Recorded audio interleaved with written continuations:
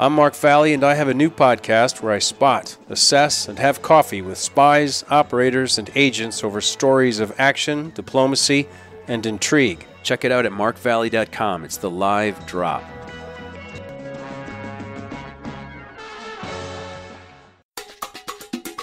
This is Mick Gillette. This is Jay Moore. This is Greg Proops. This is Gabby Reese. This is Nate Boyer. This is Hilliard Guest. This is Nathan This East. is Rob Bell. This is J.R. Robinson. This is Dan Stone. This is Dr. Bob Greenberg. Hey, this is John Leon Guerrero. Hey, I'm Mark Valley. Hey, and this is Pete A. Turner. Major Scott Huesing. I'm a retired U.S. Marine, author of an upcoming book, Echo in Ramadi. Comes out February 20th, 2018. Bookstores everywhere, and it's available pre-order now on Amazon. And I'm happy to be here with Pete and Mark on Break It Down Show. And now, the Break It Down Show with John Leon Guerrero, Mark Valley, and Pete A. Turner.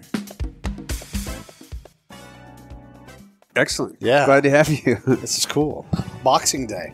Yeah. It's Boxing Day. Hosted in your lovely man cave, too. We've got a guitar, some kind of statue with a giant mustache. You got a map of Ramadi. Yeah. We've got some plaques. You've got a lot of hats. That was the one thing I like to collect when I traveled in the military. A lot of guys have souvenirs, so every one of those berets or pieces of headgear I traded. What did you trade? Would you give them? Mine. Your hat? My hat. What was your hat? Like Like the camouflage one with a cluster on it? Or either a Marine Corps boonie cover, jungle, or never the formal one. Usually the 8-point cover for the Marine Corps. What was your go-to hat? You went walking around. Obviously, the Marine cap is known, but like I liked wearing a boonie if I had a choice, and usually I did. We wore all of them. I think we're pretty prescriptive in the Marine Corps. Obviously, in combat, we were always wearing a helmet. Yeah, so for sure. That was, and I cursed it often, my helmet, because it was heavy and it was, there wasn't much user choice on what we put on our head. Kevlars were heavy. I was in. Well, I'm probably a little bit older than you guys, but I was in when my first helmet I had was the Vietnam steel bucket. Yeah, that's old school. And then it went to the Kevlar. Well, we went to the lightweight Kevlar too, but leave it to the Marine Corps to make anything lightweight and high speed heavy. So they'll strap a rail or an optic or something on top. Gotta have extra just stuff. Add weight to This it. lightweight helmet isn't heavy enough. Exactly. Yeah. I remember they added like a ballistic nape pad. Were you?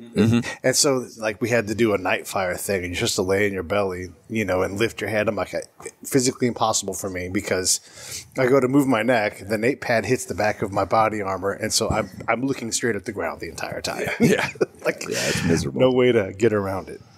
I think we look like spacemen to the local Iraqis and the Afghanis when we were ever in country, because literally they have no concept of world geography in some cases, or what a globe is. Yeah. So you're talking to somebody with maybe the equivalent of a second grade education in some cases, and we're plopped into the middle of a combat zone with all this high speed kit on, and all I can think is these people are spacemen. Yeah. They give us candy. They give us Tootsie Rolls and I shovels. just watched that show, Navy, an episode of the show Navy SEALs. That just came out. There's 4 guys, your classic scene where they're making a plan where the enemy's converging on them. What are we going to do? Who's with me? Who's not? But they're all kind of converged in, and they have those helmets on with those like ET things. Yes. Right? Sticking out. And it's so distracting, like on camera. They're just turning and these things on their heads. I mean, imagine what it must have been like for Iraqis to see that. Well, it's always portrayed a lot sexier and cooler. Yeah, well, TV Zero Dark 30 was kind of cool. They're like, yeah. da-da-da. But just 3 guys sitting around talking with those things on their heads looked a little strange. But they can never capture that friction of not only from the point of equipment to your body and the sheer weight of it and how uncomfortable all that is. And I always tell people, even strapping all that gear on with all the side protective ballistic plates, and you're wearing 50 pounds of gear, ammo, and water, and then the only place to go to a bathroom is a little zip-up tent or a blue porta-john, and it's a significant emotional event. It is. I would challenge anyone to, with all that gear and your weapon, you're trying to navigate in there and take care of business. You're very vulnerable. Because you've got to strip down all the... Very vulnerable. You can't strip it down. We had too many guys that actually got hit, rocket attacks, and got injured while in the blue porta-john. Yeah. Not the way you want to go out, so you leave your gear on. I remember sitting in the chew style ones, like a container style bathroom setup for the listener, and thinking, I just don't want to go out right now. Get me outside. I don't want to be the Elvis, in the battlefield and get, because we were right under like a mortar area and routinely all around us. I just didn't want that to happen. Luckily it didn't. No, you don't. We had to dig like Olympic-sized swimming pools that a contractor never finished in your backyard, and they would throw all the human waste in Ramadi in there, and the Marines would have to go out and burn it. Yeah. They would absolutely wear all their protective gear, but they're dumping diesel fuel and it's creating a big signature. And they were always apprehensive to volunteer for that. I'd like to know the specific chemicals that are released when you burn excrement with diesel fuel. It's not good. In a huge pit. Just to know, just to break it down exactly what comes out of that. God bless those guys. There's luckily usually someone dumb enough to get into trouble so that it becomes their job. True. The first sergeant always had plenty of volunteers, I'm sure. Yeah. So let's do some of these talking points. I grew up, like I said, like I was a little kid in the 60s. I remember hearing Walter Cronkite, saying, announcing the casualties and talking about Quezon and is it military untenable or can we hold this place? And so when I was a little bit older, I got a call from a Marine recruiter and I thought, wow, this is cool. The Marines want me, So this guy would call me every once in a while, like, how you doing? He wouldn't care about my grades. He didn't care about anything else. He would just call me to see how I was doing. He'd check in every once in a while. And then I think at one point I was graduating. He called me again. And he said, it's just, sorry, whatever, gunnies, whatever they call themselves, you guys. And he said, I said, well, as it turns out, I've decided I'd like to I'm going to West Point. I got accepted. And I thought he'd be kind of congratulatory. Instead, he was like... He shamed you, probably. He's like, sorry to hear that. Good luck. And he hung the phone up. I thought, my first thought was, wow, this is a different unit than everybody else. Yes. This is a different kind of organization. So, but I just want to know what your impressions were like of the Marines when you were younger and why you did end up going in. Well, shame is a powerful tool on many levels. Right. So I think the recruiters. The first time I felt ashamed of going to West Point. Yeah, exactly. I don't think they understand the magnitude of like how hard it is to get into an institution like that or the Naval Academy. But I got roped into the Marines from a good friend of mine in high school. I've talked about this before, but I led a pretty unsupervised adolescent. I took a lot of risks. Where'd you grow up? In north suburbs of Chicago, and my first car was a motorcycle.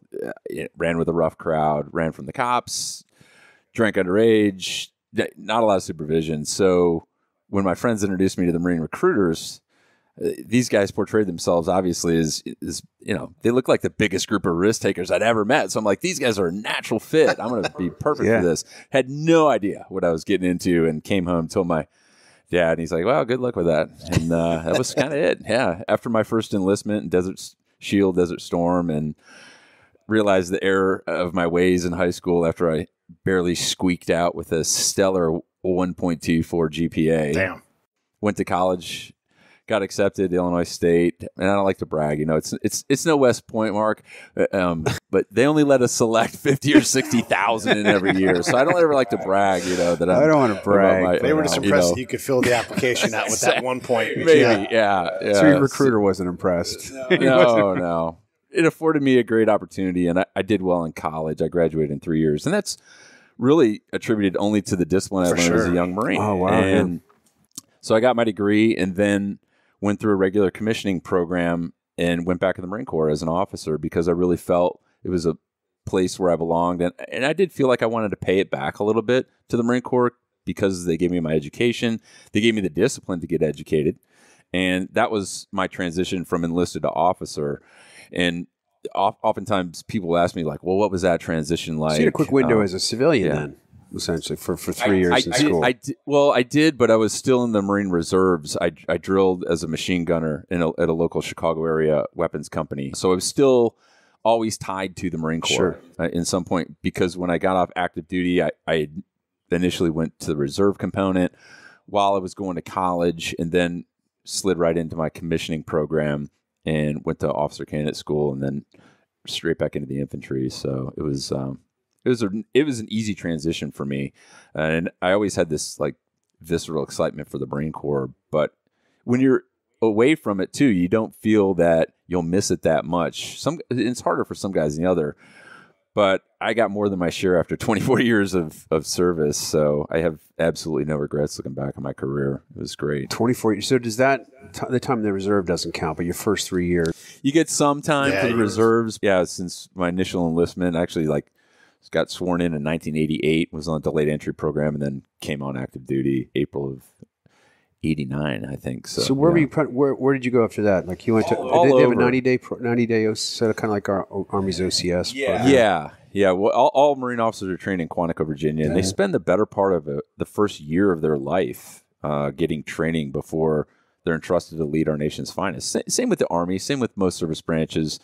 They don't just throw anybody in front of them. And I think it's telling that for the parents who are listeners or people that are wanting to join the military is the military services take care of those young enlisted servicemen and women because they only entrust the very, very best to lead them in those positions of responsibility. And I think that's important for people to understand. It's not just marching around with the rifle in your shoulder and some of the stuff you see. That's Do you remember a specific moment? Like you must have gone in a specific moment where somebody, or maybe you realized it yourself that, oh wait, I've got something kind of maybe a little different than everybody else. You know? I've always been very competitive. I've always wanted to lead, even in boot camp. From day one, I was the platoon guide out there up front and always taking charge. So for me, honestly, this is something I probably have never told anybody, is I think my transition from enlisted to officer was based off of a series of bad examples of leadership of what I did not want to be. So that's why I became an officer, because I thought I could do it better.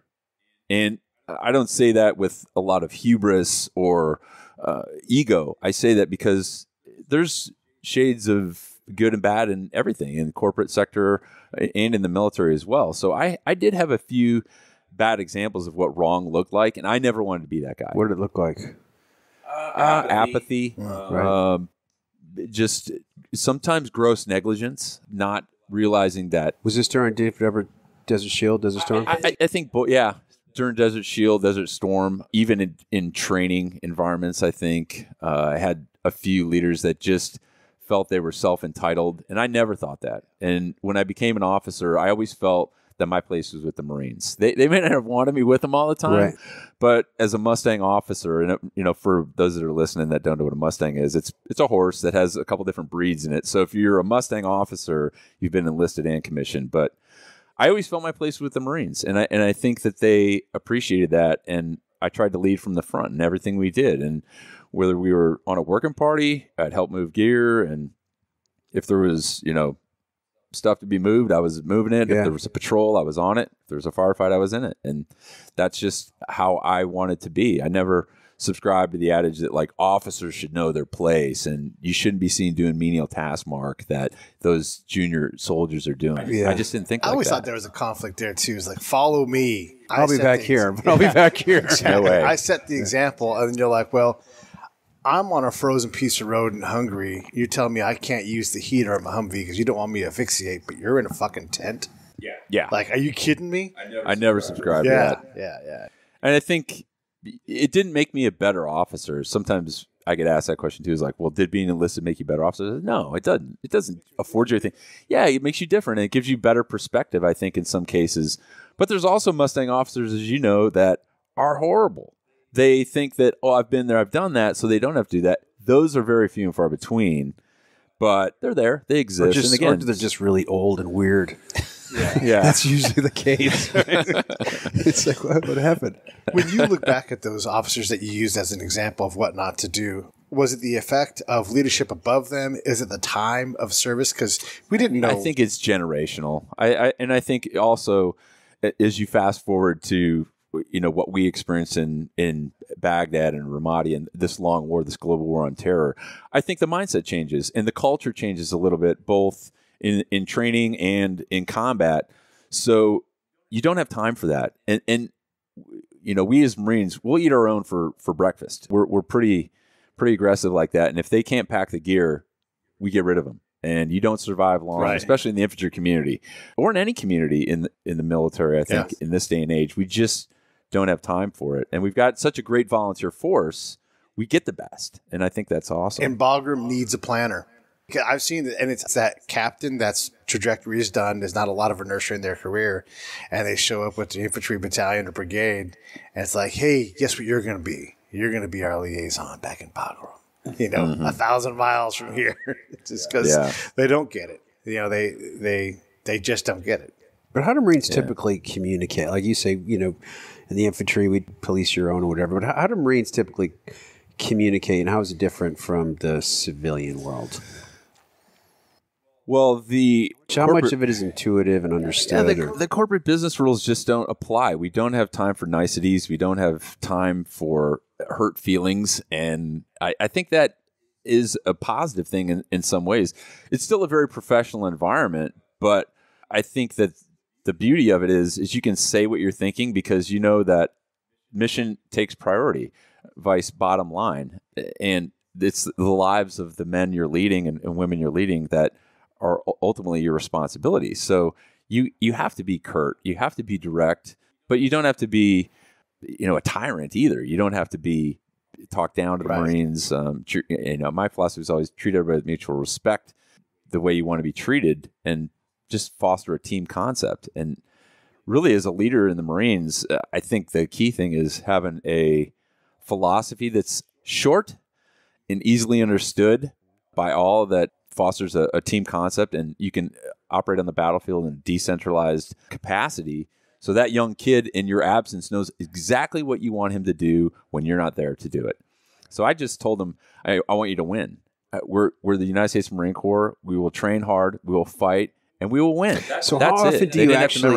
Else. But that's interesting because I was listening to something about how, if you hear someone speaking, and when you're in a group and there's someone who does a lot of talking, you end up kind of almost acquiescing and listening to this person. But it does sort of seep in, and like you said, people will know what to do even when you're not there. It's almost like they hear your voice. But how did you, how would you compare it in the civilian, the Marines, with how did you tell them? Was it information in the morning, or was it like with company commanders or lieutenants or platoon leaders or squad leaders? Or every once in a while, I would get in front of the Marines and talk to them directly because they need to hear from the boss, and that's, I think, a good model of leadership. You don't want to hear from the boss every day. It's just like if you see the president on the TV every single day, it kind of loses effect. Yeah, we've gotten into that culture in mainstream media, so I trusted my junior leaders and my lieutenants and staff non-commissioned officers and the non-commissioned officers, the sergeants and corporals, to relay my intent. And you have to trust them to do it. And when they fail to do it, obviously you talk to them about how they need to correct it. But enabling that ability to be decentralized and push it down to the lowest level was the most effective way for me. But there were key times that I had to talk to the men, Mark. And a good example that I write about in my book, Battle of Ramadi, was right before we went into combat. And I told the senior enlisted guy, Tom Foster, I love him like a brother. And I loved him even more because he was older than me, so they no longer called me the old man. Right. So I was at Tom around. Was this like a company level or battalion level? Company level. Yeah, we had over at the time, over 200 Marines in the company. And we fluctuated because we brought our Army brothers in to fight with us, and Air Force. We had Navy, EOD. At times we were over 250 Marines, soldiers, and sailors fighting in Ramadi. But before we stepped off, before we crossed that line of departure into the chasm, so to speak, I told the first sergeant, I said, Tom, get them all outside. I need to talk to them. And it had a very, very serious talk with them. And I was lucky to have about 50 veterans from the first Battle of Ramadi in my company. And they could see, as I looked out into that, that sea of sturdy faces on this raked berm of sand, as I spoke to them, that they all understood what I was talking about. And they needed to hear it from me. Not necessarily the veterans to reaffirm what they already knew, but to the new guys who'd never seen that. Right. Who had fantasies of running into a combat, in a blaze of glory with their M16 and annihilating this, inferior, untrained enemy. They needed to hear it from me. And that's when I talked to them and told them that they would have to kill. And I ordered them to kill. And they needed to know that I was the one ordering them to kill. Right. And that it was all right. They were trained to do it. Mm-hmm. And Marines do what they're trained to do, and they follow orders. And I wanted them to leave the battle space with a clear conscience and know that ultimately it was my responsibility to bear as a commander and not theirs. Because I never wanted them to hesitate at that moment, that singular moment in time when the training went from a sterile target down range to as real as it can get as you slowly slip your finger into that trigger housing and press on the trigger and exhale, and you feel that recoil of the rifle. Then they know what they've done. And they needed to hear that from their commander. That's I think. I mean, I was never in that kind of combat, but I mean, generally you hear about people talking or giving those speeches where it almost sounds like the classic George Patton. You reach into that. Some of it just seems kind of stylized and distanced. But you seem like you really said it. Like there's that book on killing, which kind of came out, and Dave Grossman. Yeah, it's a great book, and suddenly it's like, oh my God, there's a book, and it's about killing, which people haven't really addressed that as a verb that much. But you talk to them really straightforward, like, listen, guys, I'm ordering you to kill, and that's not like, an original. No, and that's not an original thought. I mean, that's based off of years of leadership and great leadership that and advice I'd encompass from mentors of mine along the years is that's what Marines need to hear. And there's a time and a place for that where you really have to look them square in the eye and tell them what they're going to do. And so that reality of everything you've tasked them to do just slams down hard on those guys. Right. And they realize the gravity of that situation that they're going to be in. This isn't a singular dilemma that you're going to have to grapple. No, this is something that we experienced in Ramadi, as you know, in the deadly city of Iraq in 2006. In direct contact with a well-trained insurgent force 2, 3, 4 times a day, sometimes in firefights for up to 6 hours. And it was as intense and as dangerous as it gets for these guys. And so any fantasies that they had about just walking through the streets of Ramadi and taking well-aimed shots, those preconceptions were washed away pretty quick once we got into the bowels of the city and started operating. At what point did things switch from kind of a ragtag insurgency to like a well-trained? Well, since the dynamics of an irregular war or any type of asymmetric warfare, the nature of it is they will never go up a like armed force. I mean, we were always going to outnumber them. We were always going to outgun them. We were always going to out-technology them. So what they had to do was formulate a strategy where they would surge into small pockets of insurgency and then try and intimidate the local populace. For sure. Use that part of the town, and then they would fight hard, and they would take significant stands. I mean, maybe it was a Fallujah, maybe it was a Najaf, maybe it was a Ramadi, maybe it was Ramadi again, because they seemed to like that town. Obviously, it was the capital of Al-Anbar province. Maybe it was Baghdad. But once they beat them down, it was really like a game of whack-a-mole. We just hammer them down, and then they'd finally get the shit beat out of them, and they'd want to filter off, disperse, and then reformulate a plan and attack a weaker city that wasn't as prepared or well fortified as the Marines and Army. And you know this, when we were in Ramadi, we worked for the Army. Our 2,500 Marines came in as part of the surge strategy. The commanders made a decision, hey, we're going to farm out this Marine Corps unit, 2,500 specially trained Marines and sailors. The airplanes are going to go here. Some of the infantry is going here and here. So we worked under Sean McFarland with the Ready First Brigade Combat Team. And then we worked over, at first, the eastern part of Ramadi at Camp Crigador for Task Force 1 and Infantry under Chuck Ferry.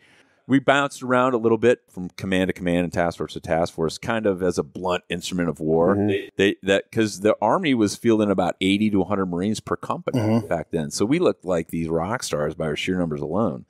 But wait, the Army had 80 Marines?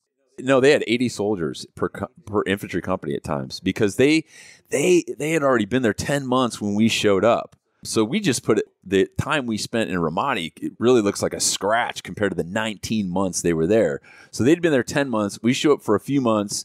We leave. We bounce around. And they still remain.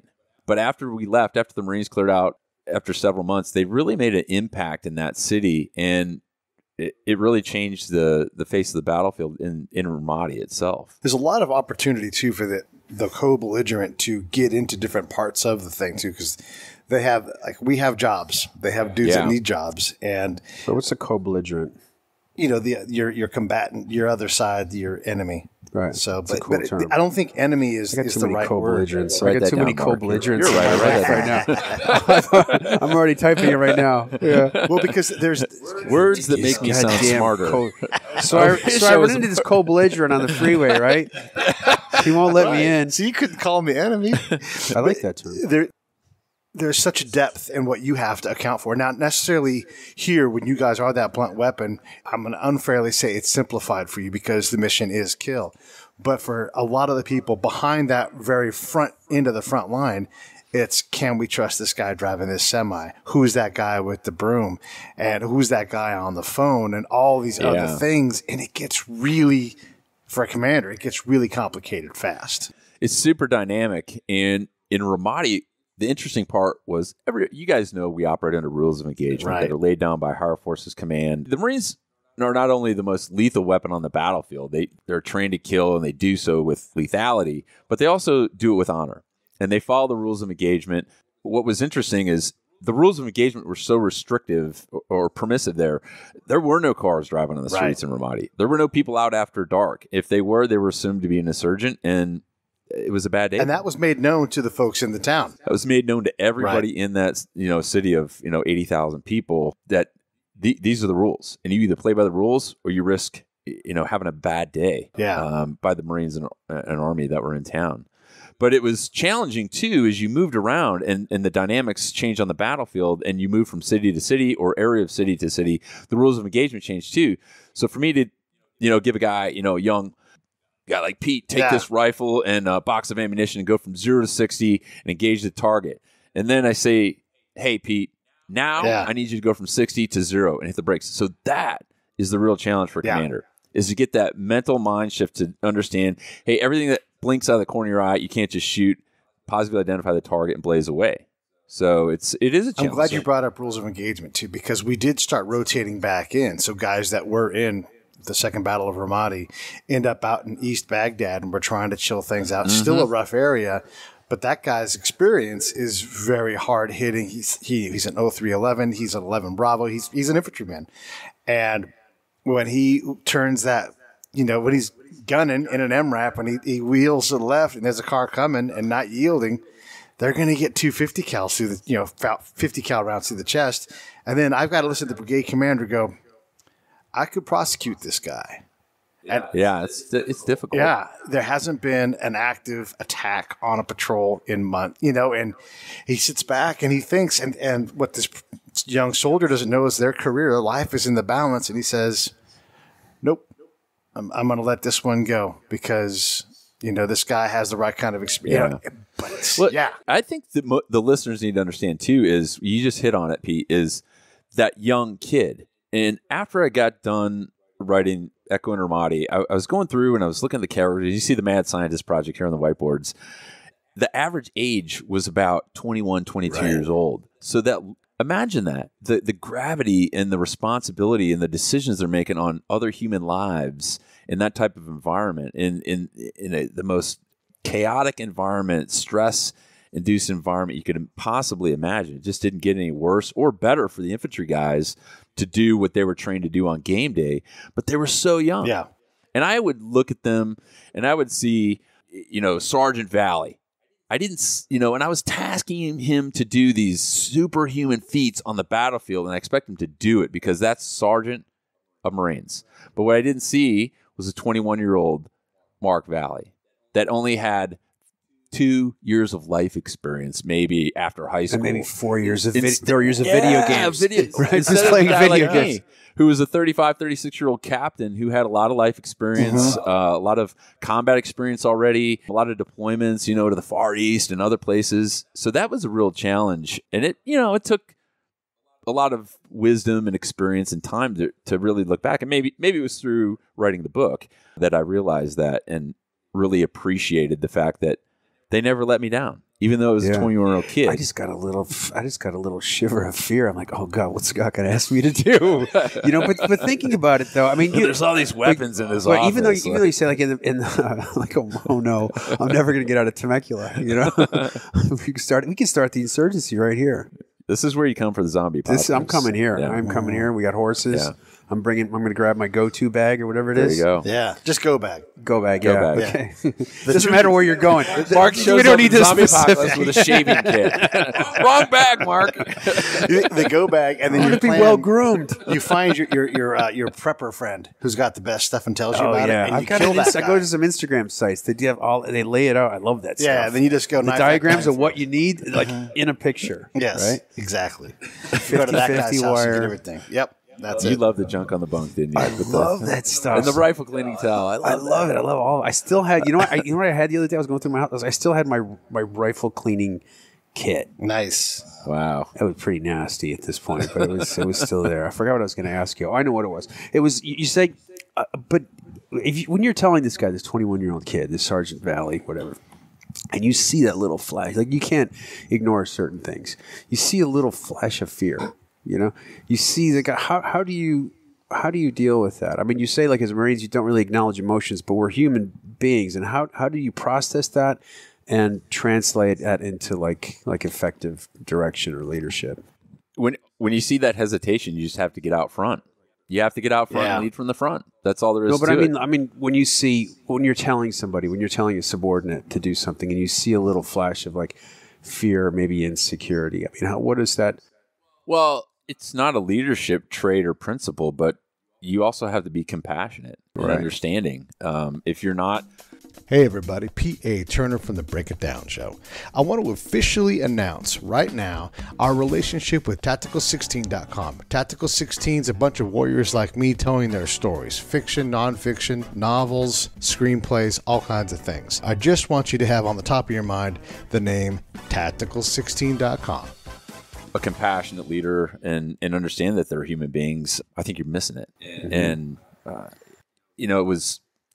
Again, through age and experience and little wisdom, I realized that in talking to the Marines and soldiers that I work for, I think great leaders, and this applies to anyone, whether you're in the private sector or in the military, is that I was very fortunate to understand that it's not that the Marines are just really great marksmen, that they shoot their weapon with precision and lethality, and they kill with this unbridled ferocity, but they're also artisans and electricians and plumbers and musicians and sometimes writers, and great leaders that know how to develop those talents and leverage those talents in a unit. Those are the most effective units, because I will say this.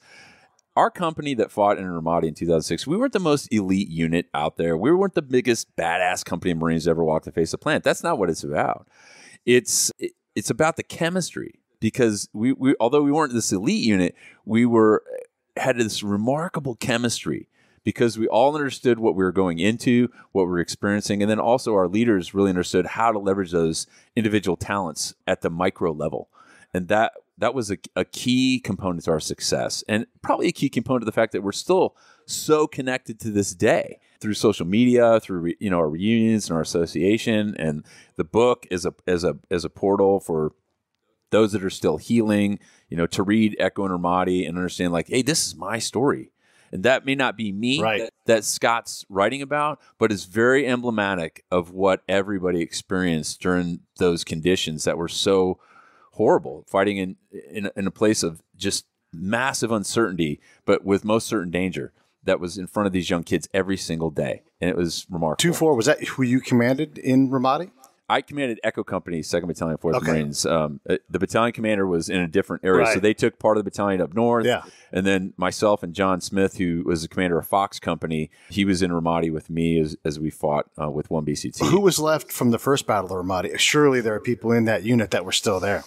Yeah, like I said, we had about 50 Marines in my company alone that fought in 2004 in Ramadi.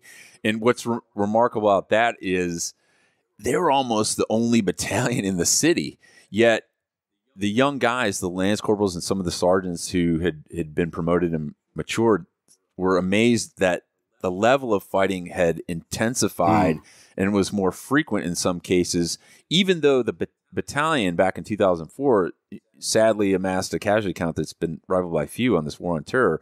They lost a lot of guys, but the dynamics and the fluidity of what happens in an irregular war are so fluid. They just continually change, and you have to adapt and change your tactics and techniques and procedures to really fight and win on the battlefield. The only thing I really saw about this, like the Battle of Ramadi, I think it was a documentary that came out about 7 or 8 years ago, where they followed one platoon, and they all met afterwards. I don't know. I'll try to figure out the name of it. But I just for listeners, maybe you could describe, like, once you've actually kind of started moving on the objective, what does like a 24-hour period look like? Well, there is no front line. Right. the front line is everywhere in a three, this asymmetric war. You're constantly on the front line. So a 24-hour cycle, I always tell people it's these long periods of boredom punctuated by these sheer moments of inexplicable terror and chaos and friction. That friction, it's just the word I use to describe it is the uncontrollable energy that crashes on you every time you get in those situations. But the long periods of boredom, you can't train for that. That's the challenge too as a leader, is keeping those guys razor sharp in the absence of that friction is the tough thing. That tension that you're talking about is often experienced outside of the camp. You're like, you get ready to kill right now. You guys are Marines. We're going to go out. Not a fucking thing happens. And you're just, everybody's spun up, ready. Yeah, that adrenaline is hard. Yeah, there's that, like Dave Grossman's, he understands this. That cycle of the parasympathetic nervous system where it goes up and down. The physiological aspects, the emotional aspects of it, and all those, and how Dave writes about that. It's a great book. Yeah, it's timeless. It's been around for a couple, for decades now, I think, and really recommended reading for all Marines and soldiers is what he talks about to understand that, because through education, training, I think they are more prepared for that, and they can control that to a degree. But the 24-hour cycle in combat is, again, the enemy gets a vote. So you may think you're going to go to sleep and get a few hours rest, but the enemy gets a vote. And if they want to engage, your firm base or your convoy at that given time, or you have to go respond to an emergency out in zone, you have to be ready to do that. So you can plan for the best, and and it's still not going to happen.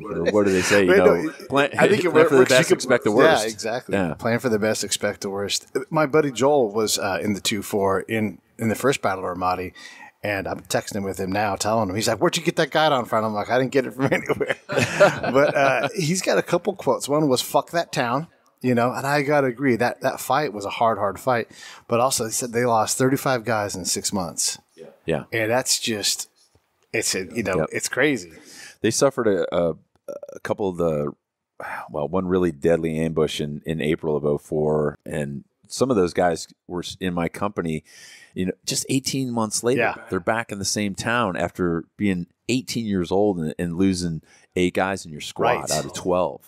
And then they're back in it. To recage them to, it could go either way for them. They could be these bloodthirsty killers, or they could be gun shy and apprehensive. But I was fortunate for most of them. It just matured them and made them understand the level of responsibility they had, and they always fought more bravely and more heroically than I could have ever imagined. Well, April of 2004, that was also when they hung those contractors from the bridge out in Fallujah, and that General Mattis and those guys, they changed the fight.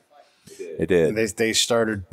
Like they how did it change? Well, it let us know, for one, that this was quickly going to become something a lot more like Somalia if we didn't go out and take care of it. And I'm just going to tell you how I heard it. I definitely want to hear what you think, but they basically put the warning out. Anybody who wants to stay alive, get the hell out of Fallujah while there was a cordon, so they could grab everybody.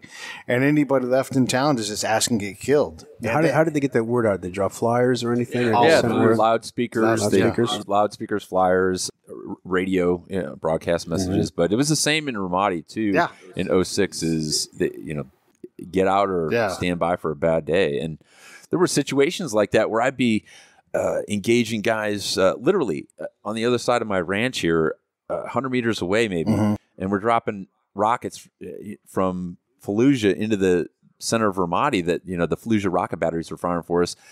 And the people, after the battle, we'd go through and clear the house, and they'd say, "Hey, is it okay for me to still live here?" I said, "I don't know. I've been parking rockets progressively closer to your backyard. You might want to think about taking a vacation. Like, this is a bad town. Go to Syria for a month. Go to Syria. Yeah.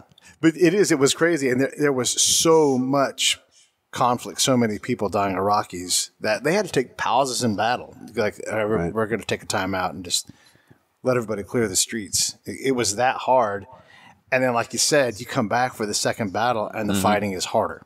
Why do you think they actually, so many insurgents actually stayed in Ramadi for that fight?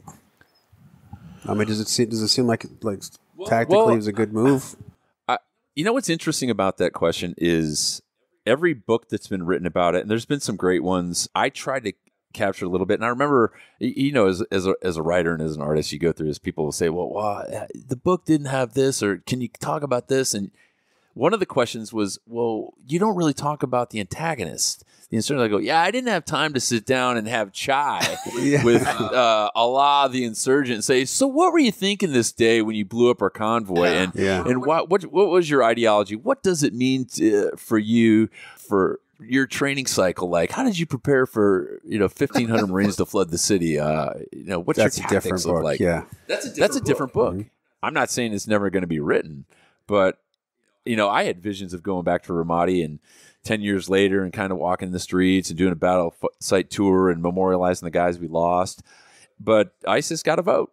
They took Ramadi in May of 15 and said, we're going to plant a flag here, and this is our capital. We're going to own it.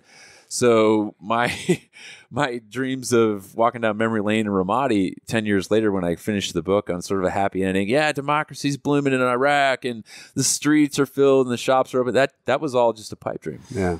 Because, again, they got a vote and they took over the city.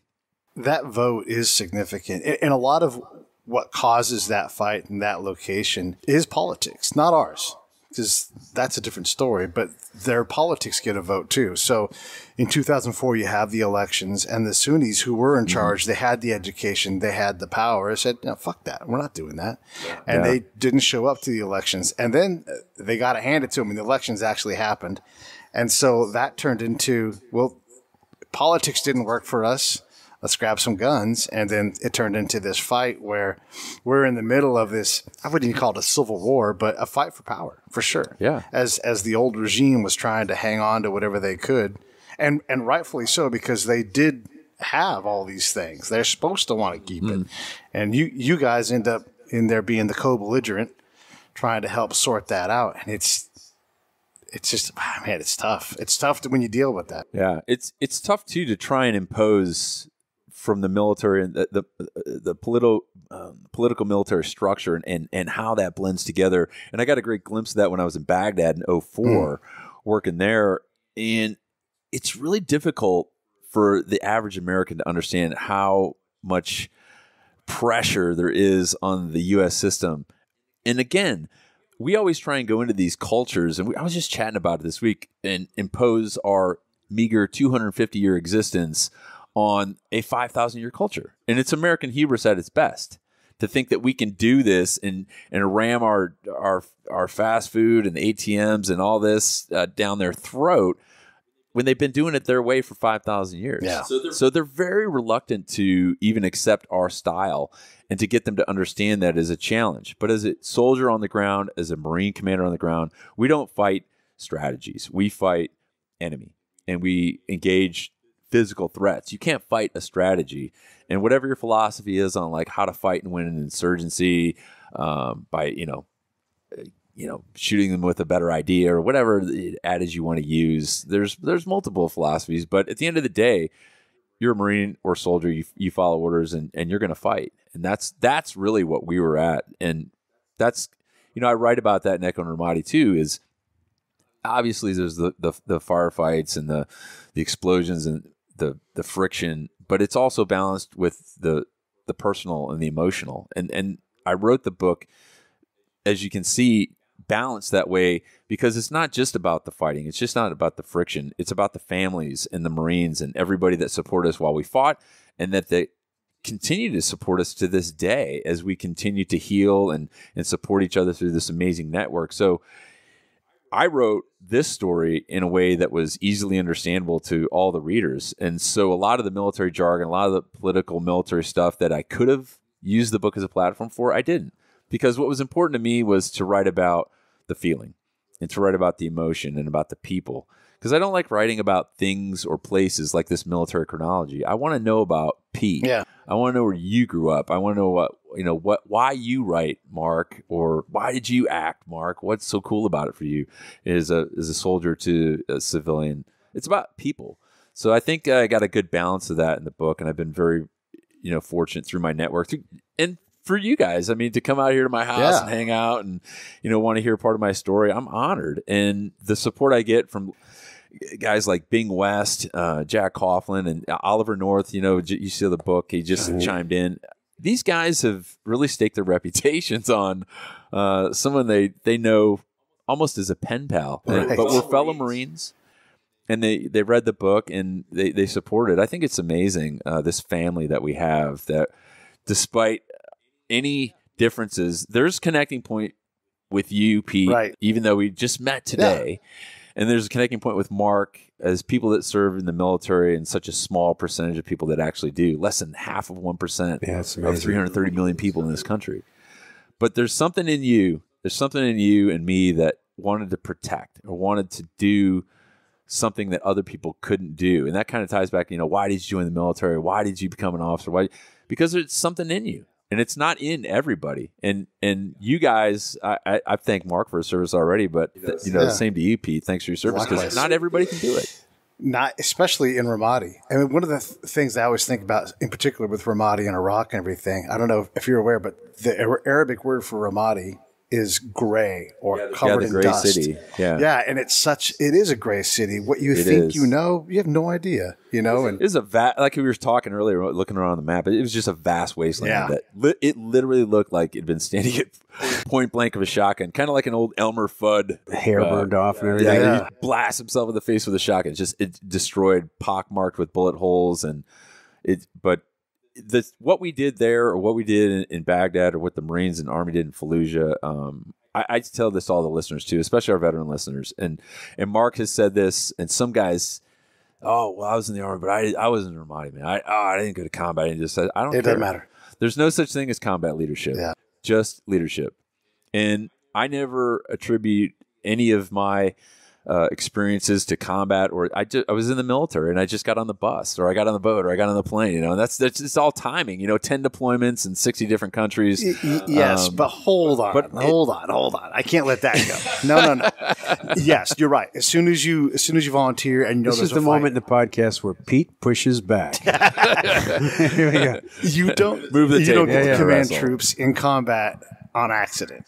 There's a design there. You get picked. You get picked either pre-deployment, like we want you training these guys up, or we're going to rotate Fred in, or these are your guys for the next year and a half. We'll extend your command time. That happens because they see something in you.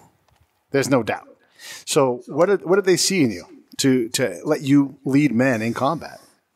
He's got great hair. First of all, he does have great hair. He's got great hair. I don't know. That's just my vote. It was always a helmet. I think helped that. Yeah. But I don't know what it was in me particularly. I mean, I don't like to sound. Yeah, that's difficult, because you don't want to sound too humble, but it's tough. And like I said, my peers and those that fought alongside of me, we all had the training and experience, the schooling and the formal education that the Marine Corps afforded us. And obviously we did well, if not better than others. Being in the infantry community is great. And at the end of the day, all it is bragging rights, because we suffer the most. Sure. We go with the least amount of sleep. But all those support MOSs, the aviators, the logisticians, the guys that drive the trucks, their service is so undervalued sometimes, even by themselves. They're like, oh, well, I was just a mechanic on a truck. I'm like, well, those trucks brought me food every day. They brought me ammo. Absolutely. The planes flew our wounded out. So thank you. And that's kind of what started. It's like, I want every veteran to know that their service is so important, whether it was in combat or whether it was in peacetime, because it all is part of the cycle that, this sine wave of post-combat, pre-combat in our nation's military history, that they're a vital part of it. And I just want to say thanks. And I'm one of those guys who, I just happen to have a lot of time out front. But I got time out front because I was really good at what I did, and I was able to make the connections. So one of your peers ran the headquarters company and commanded them. And that's absolutely a vital task. It has to happen. But you got picked for those slots for a reason. And whether or not you can own up to it, and I don't blame you for not, there's something that your commander saw in you, or his boss saw in him, and they said, nope, Scott's the guy. They knew it was you for some reason, and it does. And they also knew it was the other guy to run headquarters, not because he's weak, but because they needed that guy, and maybe he's more of a detailed guy. Yeah, it's the right guy for the right job for the right reason. And in the Marine Corps especially, you you set and maintain your own reputation as a leader and as an officer on what makes you good and what makes you bad. And then obviously you bring certain intangible skills on your training pipeline. Maybe you're a fires guy, maybe you're a weapons guy, Right. maybe you're better in front of Marines. Maybe you're a people guy. I guess maybe that's me. It's like I like people. Maybe the fact that you're a Mustang. Maybe. I don't know if that really has anything to do with it, because I got pulled from my school early to go to the battalion, and they graduated me early. They're just like mailed me my diploma, and they're like, "Hey, good luck out there. fun. They need captains." So I showed up early and was seated, but all my instructors for that year in school in Quantico as a captain obviously gave them some scouting report on me, and Marines will do that. I mean, Sure. we'll make a phone call. So I mean, there is I don't want to say it's like this good old boy network, because it's not, because everybody's afforded the same opportunities to succeed as others. But I don't think I did. I think I was one of the special guys, that's for sure. I want to talk a bit about the role of a veteran after your service. I mean, there's dilemmas, there's problems, there's things to solve, and there's training, and there's all your experiences that are brought to bear to in Ramadi or Fallujah, wherever you were. But what do you think is or if you would say, is there an objective of being after you get out of the military? And what is it? I mean, I would propose that, if you look at the overall hero's journey, there's a moment where you give back, where you come back and you actually tell your story, which is exactly what you're doing. But I'm just wondering if you had any advice or any direction out there. I don't think it was something that I thought I would ever do. You're talking to a guy that, despite the few books that you see in my office, I didn't read my first book until I was enlisted Marine in Desert Storm, cover to cover. And they're like, "Well, how'd you graduate high school?" I already told you it was 1.2. Must have been a quick book. Yeah, Cliff Notes. Yeah, that's another like true confession that just came out. Like we got two true confessions out of him. Good. Yeah, that may have slipped out before, but it's War and pretty. Peace, Cliff Notes. Again, it's it's attributed to the Marine Corps and the discipline they gave me that. I got kind of off track on where we were going. I kind of threw a couple topics in there, but my thought was, if you're looking at like a hero's journey, typically, the veteran. Why did I transition and tell my story, or what? Why I want to hear that, up? and then I also hear I want to hear what do you think is the responsibility of a veteran after they get out? That's a great question. And challenge, or neither. The responsibility of a veteran is, I think, first be proud of your own service, and then if you have the capacity, or you have that fire inside of you, where you wake up every day, Pete, and you're like, I want to help veterans. That's me, and that's not everybody, and that takes putting yourself out there a little more. I think it also takes realizing your humanity a little bit and becoming more humble. Yeah. Especially for guys who are in the military and Marines who are, obviously well known for being the most humble guys walking the face of the planet, very shy creatures. It does take a special person to really want to do that. And not everybody has to do that. And that's not what I'm saying. But there shouldn't feel like a sense of obligation to help veterans as I do through my writing and public speaking and working with nonprofits. That's just what makes me happy. And when I transitioned from the military, I said, hey, I'm going to stop being a Marine when it stops being fun. And I was lucky to either be a Marine or command Marines my entire time. Yeah. So I was very fortunate. I bypassed all the cubicle jobs in D.C. and the Beltway. So I was lucky. But through my time in, and obviously, I suffered some injuries that I just felt I wasn't ever going to be at my peak performance again after so many surgeries. And that's when I said, it's not going to be fun. And so I hung up my rifle, and I never looked back. I have no regrets because of, like I just said, I was either a Marine or leading Marines the entire time. And I worked in the private sector, for a year and a half. I was up in LA, but I just wasn't happy. And then I bought this ranch. We moved down here, bought some horses for my daughter, and I started finishing the book. And through that experience has brought me, so many great people like Mark, through the Writers Guild in LA, and all those veterans that give of their time freely. All the people that have helped me read the book before it got published and endorsed it, they've done it freely. And that's an amazing thing. So I think every time I do an event or every time somebody asks me to do something for them, I do it.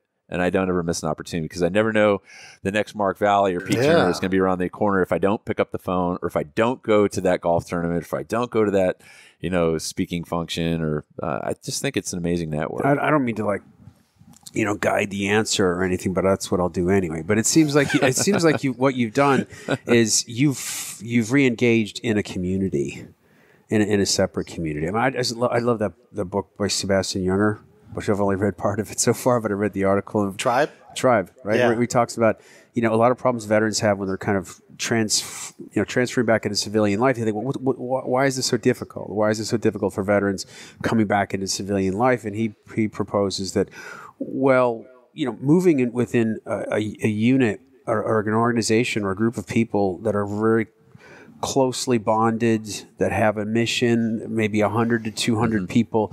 He said that's what we actually evolved to. That's how we evolved to kind of move in an organization like that. And he says, well, a lot of times, veterans that are having a problem transitioning back into civilian life, it's because it's the civilian life that's actually more unnatural than actual, the time in the military.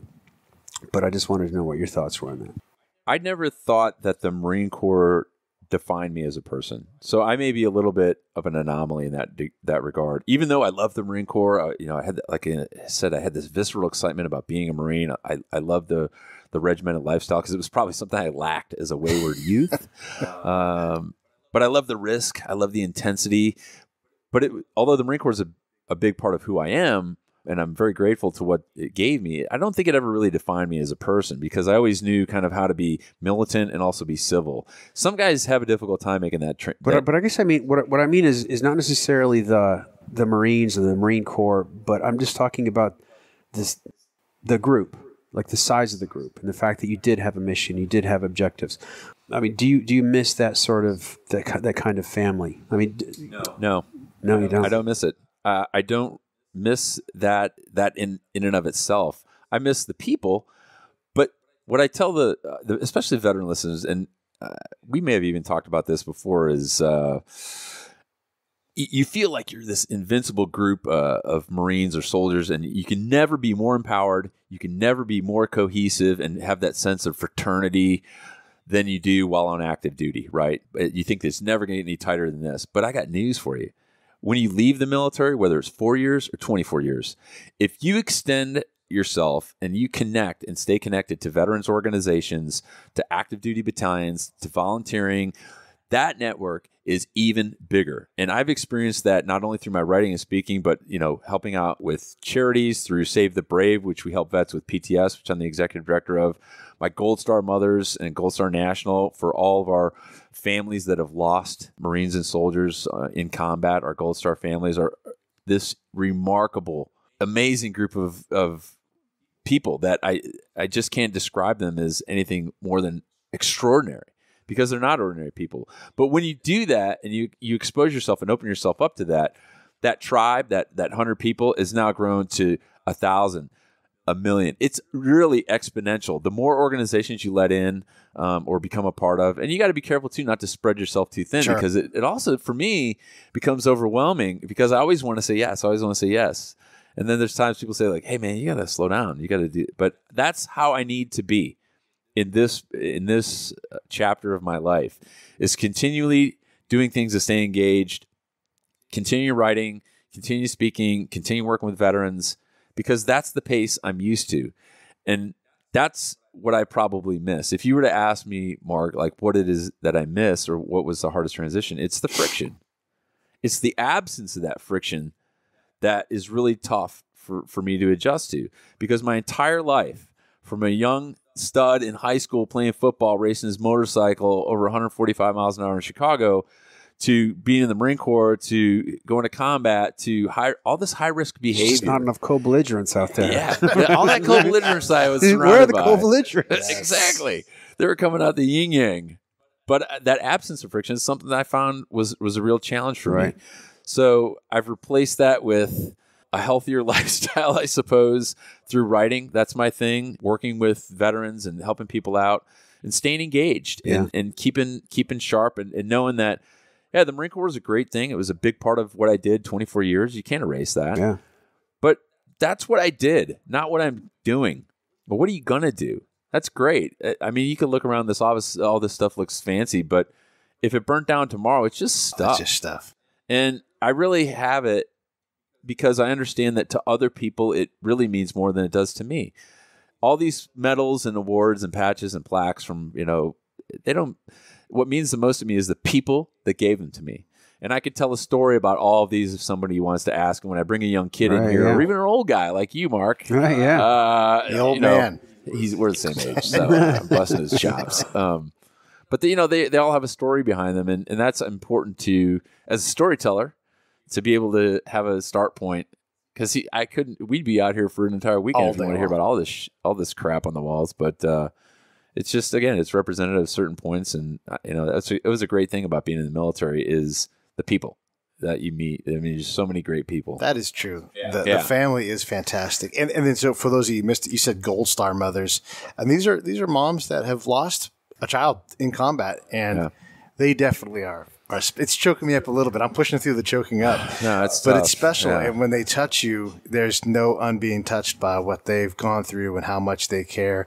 And a lot of that is representation of what they saw their loved one go through and what that, how much. So it is special. Well, and it's not just the moms, it's the dads and the brothers and the wives and the kids that are left behind from, this Gold Star network that I say is just an extraordinary group of people. And this is an especially tough time of the year for them, during the holidays. So if you're feeling like, hey, I should call one of my Gold Star moms or reach out, do it. Yeah. Call them. And sometimes it's harder to call because it can be emotional, but it'll also be uplifting. And really letting them know that we're still here for them because they're always there for us. I don't care how late the Marines call or how drunk they are on the phone. They always pick up the phone. Always. Because they love knowing that we're this inextricably linked family that will be, eternal on whatever level of spirituality you want to think about. They are just an amazing group of people because they lost. They lost. We sacrificed a lot, but we did it willingly and they didn't get a vote in that. And that's why I'm so astounded every time I call them and listen to them talk to me, not as some, badass Marine or as a commander who led their kid in, some of the bloodiest fighting, but they talk to me as their son or a brother would to any brother or a mother would to any son. And that's just, the great part of, again, the network. If you allow yourself to be exposed to it, it's really neat. Can you talk a bit about Save the Brave? What that organization? Save the Brave is a great organization started by one of my young saw gunners, Nick Velez, who I jokingly refer to as my most successful underachiever. He's now a successful businessman. He's got a restaurant called Bastards American Canteen down in California. He's opening one here in Temecula. He's getting his degree. And he saw a need to help veterans that were struggling with post-traumatic stress. And he started small. Then he calls his old skipper up one day and says, "Hey, sir, we need some help. Would you want to give some leadership and be the executive director?" And I said, yes. Again, I can't say you like no, to say right? yes. Yeah, exactly. And this is for a great cause. And we've grown at the right rate. And we've raised money. We're continuing to move forward through charitable donations. I mean, one guy just donated a $600,000 property to our charity. Wow. Like, we want this to go to vets. Just don't sell it for a couple of years, and then it's all yours.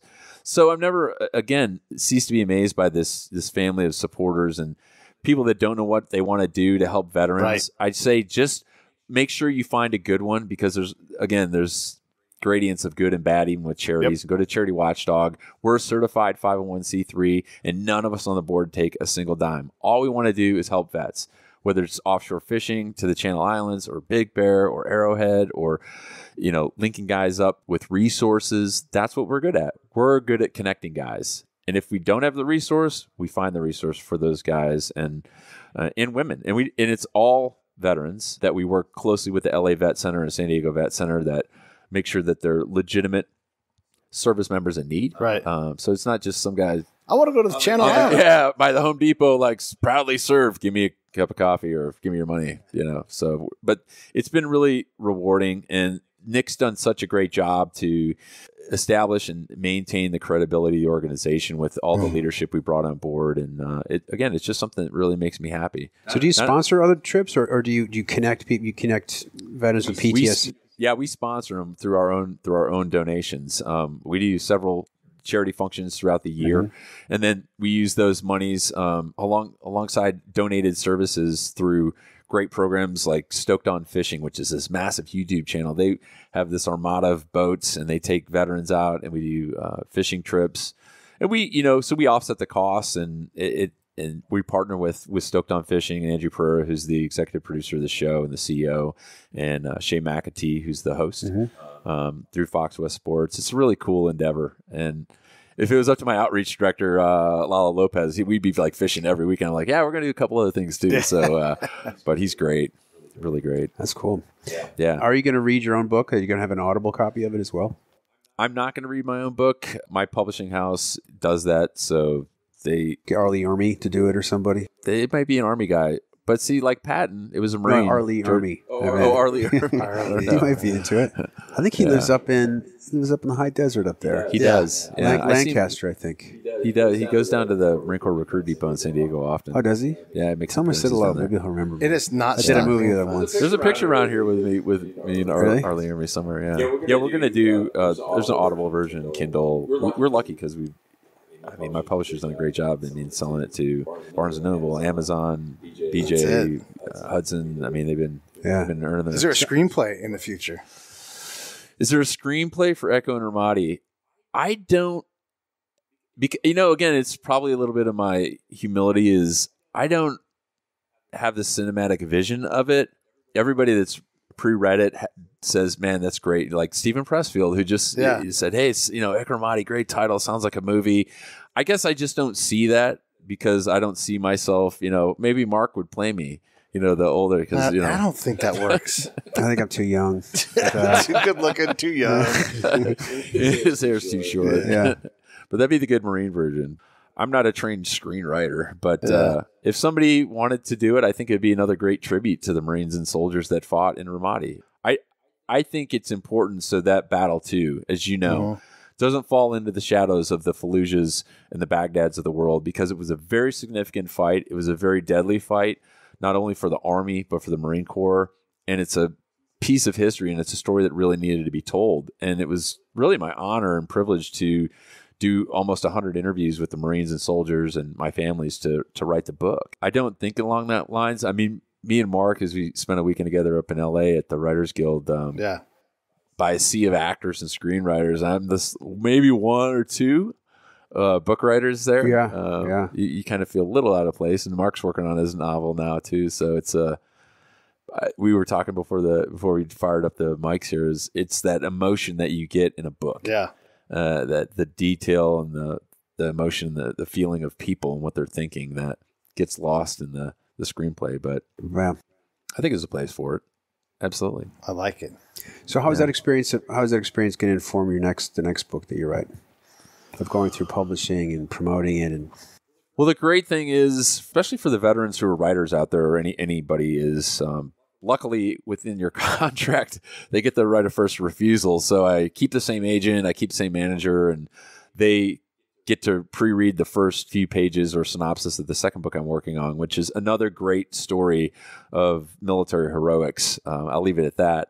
And I'm developing that. So they get the first read, and if they want to publish it, they'll publish that. So that'll be book 2 that I'm working on right now. Nice. I'm in the research and interview process with the characters of that book, which I might make it a novel. Is this fiction, nonfiction?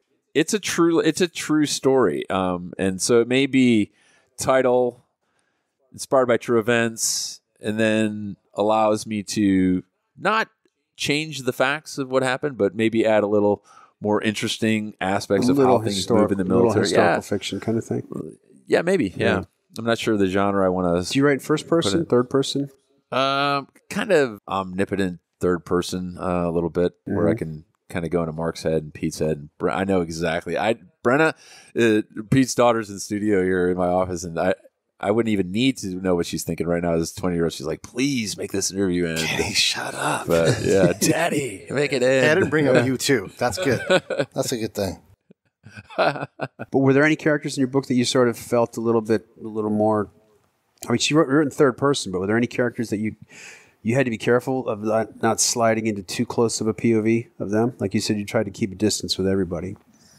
I did, and So I have my own process. Every writer has their own process. I mean, you can see like mine is I'm very methodical, and what do the blue dots mean or red dots, and that's your character, where you're from, and I give a description. All of the interviews that I did, everything that I write about comes from what they told me. And I get it. Everybody's not a writer. I have some, however, it miracled itself into my abilities to write and actually get published, which is not my first time. I've been published before. To be able to tell their story, make it sound authentic too, it was a process where I'd go back to them and ask them, like, hey, you sure this reads right? Hey, is this how a pilot would talk? How would the call sign? I said, what, were you really talking to him? And it was hours and hours and hours on the phone and little short text messages and emails like, hey, did you have 2 kids or 1 kid? I thought you had a boy and a girl. Or was it 2 girls? Were they twins? So like I didn't want to miss a single detail. So it was critical to me in this book, Echo Ramadi, to make sure it was 100% accurate. And there was some bad math I did. Here's another one that just came out. Yeah. This is why I love social media, and I'm sure Mark and you are the same way. Whenever you're like, hey, friend me on Facebook, you feel a little bit of like, testosterone ooze down your leg. You're like, oh man, I'm a 47-year-old man. I'm asking people to follow me on Facebook, but it's great. Because the Marines can always get a hold of me. They can ask me to letter recommendation, but they're reading just some of the promo stuff for the book, and it said for 10 months. So this is my first official correction is, for some reason at 3 a.m, as I'm sitting here at the desk, jacked up on Red Bulls and coffee, I was doing the math on the deployment, and I figured, it was about, from this month to this month. Oh, that's 10 months. And for some reason, like when I started doing the short bio, it went to my publisher and it came out as for nearly 10 months or for 10 months. And then a couple of the Marines were like, hey, we were there. It wasn't 10 months. I was like, you're right. Hold on. So I actually took out a calendar, and I don't like to do math in public. And now I'm doing it on the air. So I guess this doesn't really count. But I counted up the actual days, and it was nearly 9 months. So I went back to all those guys. I'm like, thanks, man. I would have hated this thing to go to print, getting called to the rug on this thing. But yeah. So it's called Marine Source Editing. They're like I said, man, we eat our own for breakfast. Yeah. They will not let us slide, and they know. So it was important to me to make sure it was as detailed and accurate as possible. The book is, although it's titled Echo and Ramadi, it encompasses the entire deployment and also some of the, the grim facets that we had to deal with after the deployment. So, although what comes out in a header says 10 months, it was really not. I just want to say that I'm dying to read Echo and Ramadi.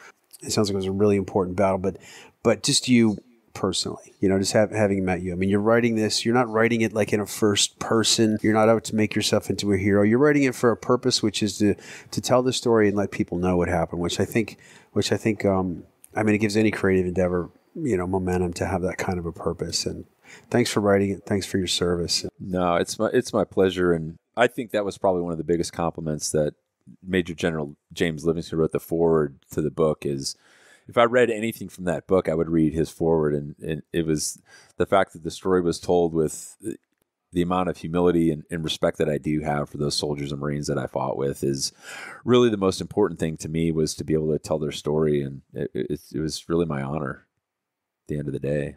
So cool. Yeah, thank you. And definitely excited to read the book too. Yeah. Bookstores everywhere, February 20th. And people can reach you on social media at Echo Ramadi. Yeah, they can just Google Scott Huesing and I come up everywhere, but I'm on Facebook. I love posting on Facebook. I get a lot more interaction. I don't know if it's a generational thing. I don't know. Brennan's probably like, it's all about Instagram or Snapchat. I don't know. It really is.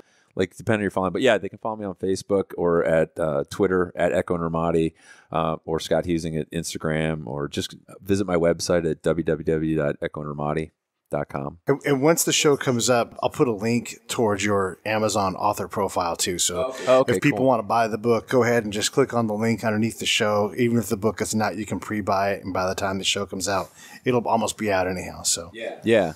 Cool. So we'll have one more question. You've told us 2 things that you've never told anyone before. We'd like to do things in 3s. Yeah. We just made that up. I just made that up. Right, but we like to do things in 3s. Is there one more thing that you could tell us that you've never told anybody else? Man, doesn't have to be significant either. How about this? What was the coldest time ever in the Marines? Coldest? Ramadi. I know, it's crazy, right? Yeah. I'm not kidding. Yeah.